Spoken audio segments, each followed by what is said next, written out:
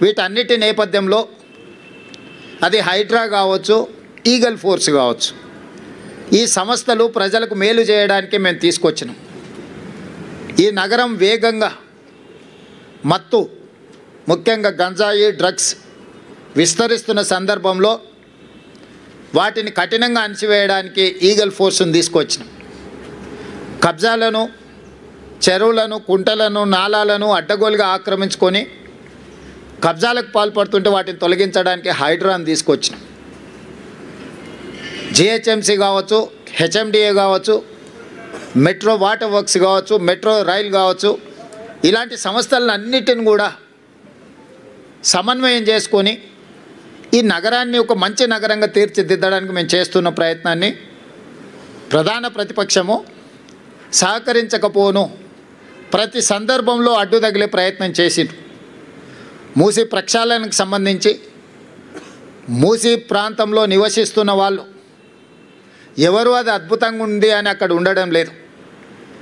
ఏ వసతి లేక, ఏ అవకాశాలు లేక మురికితో కూడుకున్న మూసీ పక్కన నివసిస్తున్నారు.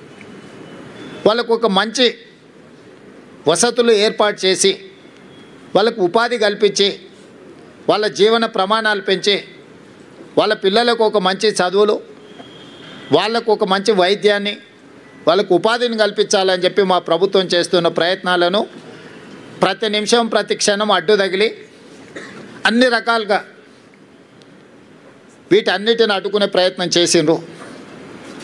అదేవిధంగా కేంద్రం నుంచి తీసుకురావాల్సిన అనుమతులు కానీ ఇవ్వవలసిన నిధులను రాబట్టుకోవడానికి ముఖ్యంగా కిషన్ రెడ్డి గారు సహాయ నిరాకరణ చేస్తుండ్రు. ఈనాడు ప్రధాన ప్రతిపక్షంలో శాసనసభ్యులు కేటీఆర్ గారు, శాసనసభ్యులు హరీష్ గారు, అదేవిధంగా కేంద్ర ప్రభుత్వంలో కేంద్ర మంత్రిగా ఉన్న కిషన్ రెడ్డి గారు, ముఖ్యంగా ఈ ముగ్గురికి ప్రధానమైన బాధ్యత ఉన్నది. ఒకరు కేంద్ర ప్రభుత్వం నుంచి రావాల్సిన అనుమతులు, తేవలసిన నిధులకు సహకరించాలి. కానీ కిషన్ రెడ్డి గారు పూర్తిగా సహాయ నిరాకరణ చేయడమే కాకుండా వీలైనంత మేరకు కేంద్రంలో అడ్డు తగులుతున్నాడు. మెట్రో విషయంలో కావచ్చు, మూసీ ప్రక్షాళన విషయంలో కావచ్చు, గోదావరి జలాలు నగరానికి తరలించే విషయంలో కావచ్చు, రీజనల్ రింగ్ రోడ్డు విషయంలో కావచ్చు, కిషన్ రెడ్డి గారు పూర్తిగా సహాయ నిరాకరణ చేస్తుండ్రు. దీన్ని ప్రజలు గమనించడం వల్లనే పార్లమెంట్ ఎన్నికల్లో కిషన్ రెడ్డి గారికి 65,000 ఓట్లు ఇదే జూబ్లీ హిల్స్ అసెంబ్లీ నియోజకవర్గం నుంచి ఓట్లు వేయడం జరిగింది. ఈనాడు కిషన్ రెడ్డి అభ్యర్థిగా మారి ఎన్నికల ప్రచారం చేస్తే 17,000 ఓట్లు మాత్రమే వచ్చినాయి. అంటే ఆనాడు కిషన్ రెడ్డికి వచ్చిన ఓట్లలో 25% మాత్రమే వచ్చి ఈరోజు భారతీయ జనతా పార్టీ డిపాజిట్ జప్తు అయిపోయింది. దీన్ని బట్టి కిషన్ రెడ్డి గారు తన వ్యవహార శైలిని మార్చుకోవాల్సిన అవసరం ఉన్నది. ఇది భూకంపం వచ్చే ముందు భూమి కొద్దిగా కదులుతుంది, అంటే అలర్ట్ చేస్తుంది సిస్టమ్ని. ఎప్పుడు కూడా ఒకేసారిగా రెక్టర్ స్కేల్ మీద పెద్ద ఎత్తున భూకంపం రాదు, ముందు మనల్ని అలర్ట్ చేస్తుంది సిస్టమ్. అలర్ట్ చేసినా మనం తేరుకోకపోతే ఆ ప్రకంపనలు భూకంపంగా మారి అందులో కలిసిపోవడమే కాదు కాలగర్భంలో కలిసిపోతాం. భారతీయ జనతా పార్టీ ముఖ్యంగా కిషన్ రెడ్డి గారు మీ నాయకత్వంలో మిమ్మల్ని 2014, 2019, 2023 3 సార్లు బీజేపీని ప్రాంతం నుంచి గెలిపించడం జరిగింది.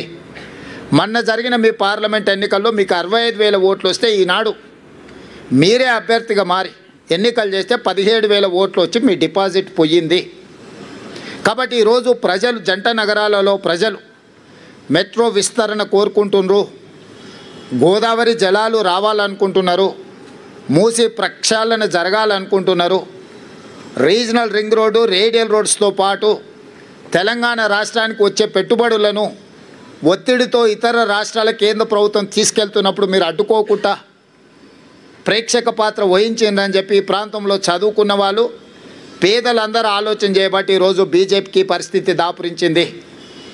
ఈ ఫలితాల తర్వాత కిషన్ రెడ్డి గారు తన వ్యవహార శైలిని మార్చుకొని తెలంగాణ రాష్ట్ర ప్రభుత్వంతో సహకరించి తెలంగాణ ప్రజల యొక్క అభివృద్ధి, ముఖ్యంగా ఈ మహానగర అభివృద్ధి కోసం సహకరించాల్సిందిగా వారికి విజ్ఞప్తి చేస్తున్నా.